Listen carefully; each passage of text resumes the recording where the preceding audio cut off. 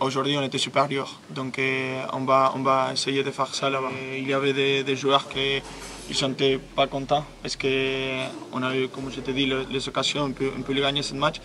Mais après, il faut rester positif parce qu'on va le faire là-bas.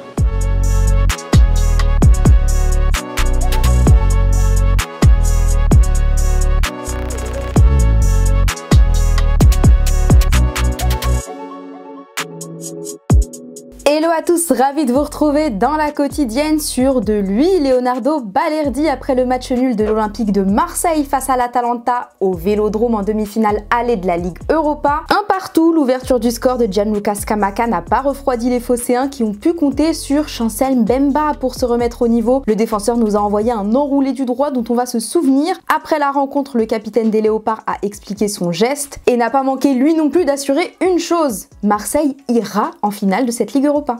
C'est normal quand tu s'entraînes avec Oba. C'est normal. C'est normal. Non, j'ai essayé. J'ai pris une grâce opportunité. Après, j'ai marqué.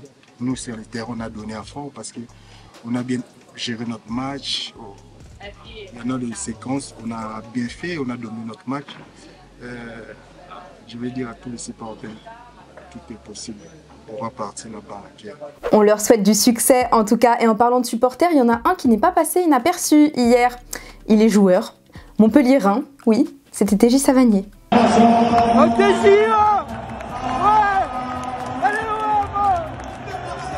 Et toute cette belle atmosphère, elle a fait réagir Gianpiero Gasperini qui a reconnu tout le talent des Marseillais. Sappiamo anche che l'Olympique è una squadra di valore, una squadra che ha forza fisica, che sul suo campo ha una spinta notevole.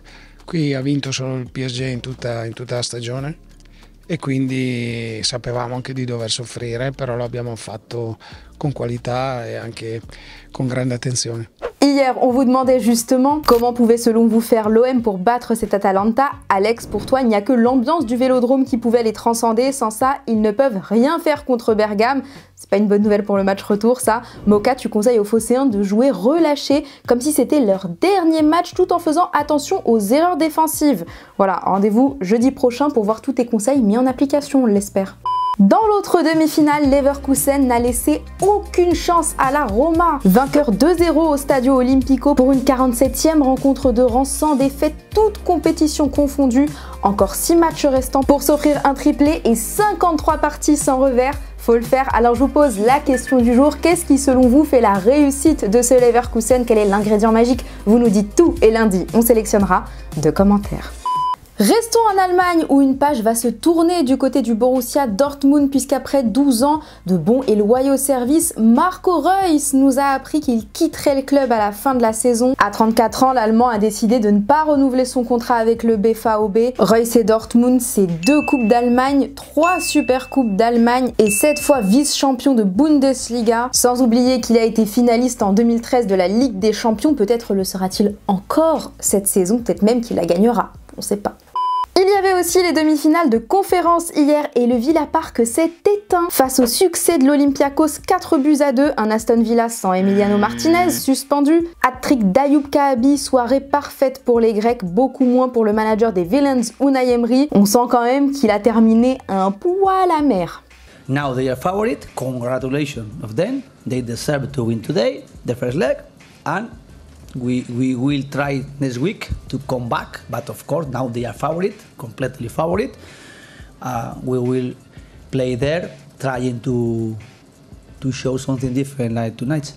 En face, avantage aux Italiens puisque la Fiorentina s'est défaite du club Bruges 3-2 avec entre autres une sublime ouverture du score de Riccardo Sottil, mais la Viola accuse le coup après sa sortie sur blessure. Sottil est victime d'une fracture de la clavicule qui va sans nul doute mettre fin à sa saison.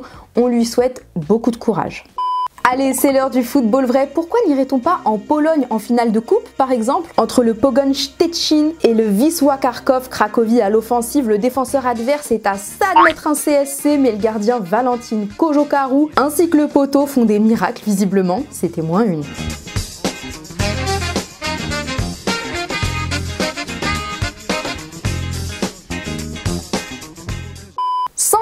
Attention, le saviez-vous, hier il y avait un derby londonien entre Chelsea et Tottenham, le Pochettino comme on l'appelle. Succès 2-0 des Blues qui laissent les Spurs 5e, encore loin de leur rêve de qualification en Ligue des Champions. Énorme joie du côté de Chelsea, pourtant on sent qu'ils n'ont plus l'habitude de célébrer. C'était bancal. Yeah!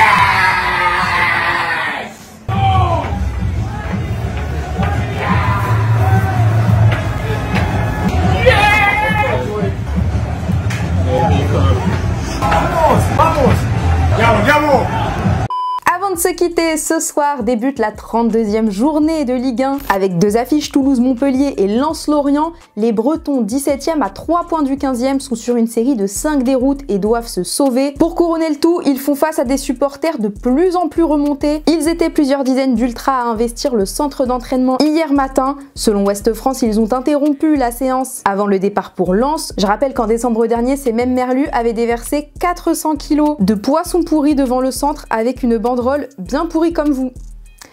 Bon courage aux Lorientais pour ce soir.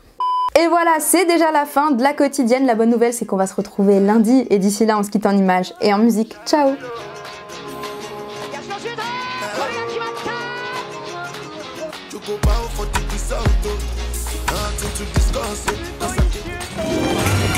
C'était votre programme avec Winamax. Winamax, le plus important, c'est de gagner. I put my life into my job and I know I'm in trouble. She manipulate my love, oh.